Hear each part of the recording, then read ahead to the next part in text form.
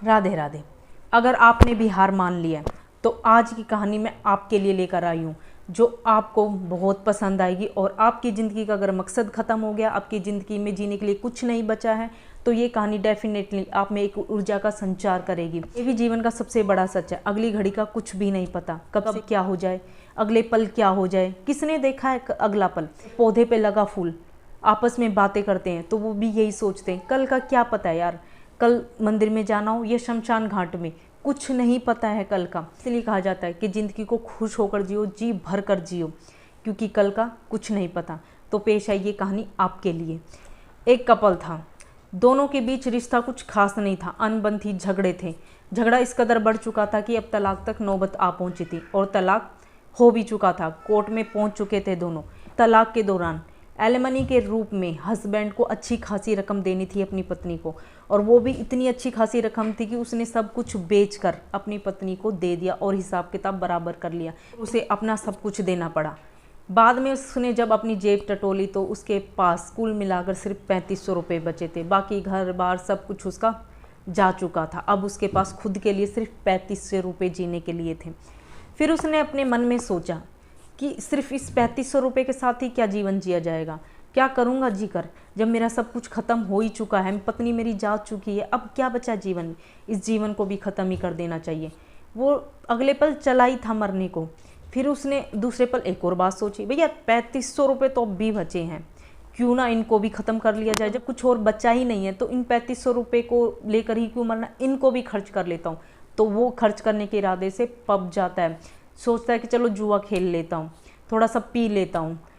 जुआ खेलने के लिए काफ़ी भीड़ लगी हुई थी, उसे अपनी बारी का इंतजार करना था। उसी दौरान वो एक अखबार पढ़ रहा था। अखबार में एक बड़ी न्यूज़ थी कि खबर में था कि सरकार ने एक बड़ी गोल्ड माइन की खुदाई कराई, लेकिन इतनी सारी खुदाई कराने के बाद भी सरकार को वहाँ पर कुछ नहीं मिला है। इतनी खुदाई करने के बाद वहाँ कुछ मिला ही नहीं है, तो अब सरकार क्या चाहती कि उसकी नीलामी कर दी जाए। वो बंदा ये सोचता है कि चलो ये 3500 रुपये वहाँ पे खर्च कर दिए जाए, ये भी मैं अजमा के देख लेता हूँ, ये भी मेरी किस्मत होगी। अगर वो खदान मुझे मिल गया और उस खुदाई में मुझे कुछ मिल गया तो ये मेरी किस्मत है, तो मैं जीऊँगा, नहीं तो उस खड्डे में ही दबकर मर जाऊँगा। ऐसा सोचकर वो नीलामी वाली जगह पर जाता, क्योंकि उस अखबार में उसी तारीख को वो नीलामी होनी थी, तो वो नीलामी वाली जगह पर जाता है। वहाँ पर जो वकील वगैरह जो होते हैं, सरकारी जो 2-4 लोग होते हैं, वो मौजूद थे। नीलामी का टाइम आ चुका था, पर उसकी किस्मत, उस आदमी की किस्मत, वहाँ पर कोई और नहीं पहुँचा था, क्योंकि सबको पता था इस जगह में जब कुछ है नहीं तो कोई आकर क्या करेगा। 3500 रुपये में उस जगह की नीलामी हो जाती है और वो जगह उस आदमी के नाम हो जाती है।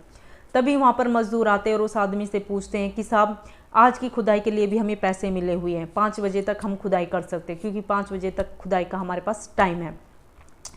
वो आदमी सोचता है चलो एक और बार खुदाई करा लेते हैं, जब तुम्हें पैसे ही मिले हुए हैं तो खुदाई कर दो, चलो अपना तो पैसा वसूल कर लिया जाए, खुदाई करो। अब जब खुदाई होती है तो 3 फीट तक मजदूर खोद चुके होते हैं और उस 3 फीट की गहराई में आदमी को वहाँ खजाना मिलता है, सोना मिलता है।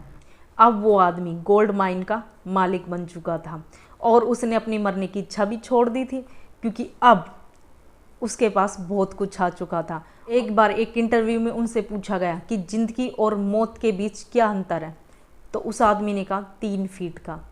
छोटी सी कहानी हमें सिखाती है धैर्य रखना, उम्मीद नहीं जगाना। जब आपके पास कुछ भी जीने के लिए ना बचे तो थोड़ा सा अपने ऊपर भरोसा रख के नई उम्मीद जगाकर थोड़ा सा तो रिस्क लेना ही पड़ेगा। पर सुसाइड करना तो किसी भी समस्या का सलूशन हो ही नहीं सकता। कुछ भी बचा सही, उसको रिस्क लेकर आगे ज़रूर बढ़ना चाहिए। अब इस आदमी ने अगर मौत को गले लगा लिया होता तो कुछ भी नहीं था, लेकिन इसने उस 3500 रुपये से एक रिस्क लिया और उस रिस्क में उसकी किस्मत वो कामयाब हो गया। भगवान भी चाहता है, भगवान भी कभी कभी हमारी कठोर परीक्षाएं लेता है, पर ऐसा नहीं कि हमें अकेला छोड़ देता है। जब हमारे पास कुछ भी नहीं होता है, सब साथ छोड़ के चले जाते हैं, तो वो हमेशा साथ देते हैं। इस बात को हमेशा याद रखना, आस्था और भरोसा कभी भगवान से मत उठाना। चाहे कुछ भी ना बचे फिर भी आस्था और भरोसा भगवान से मत उठाना। कुछ नहीं है, वो है, वो ज़रूर आपकी हेल्प करेगा। पर धैर्य, हिम्मत, साहस कभी नहीं खोना। इसी के साथ इस कहानी को यहीं पर समाप्त करते हैं। अच्छा लगे लाइक शेयर सब्सक्राइब जरूर करें। राधे राधे।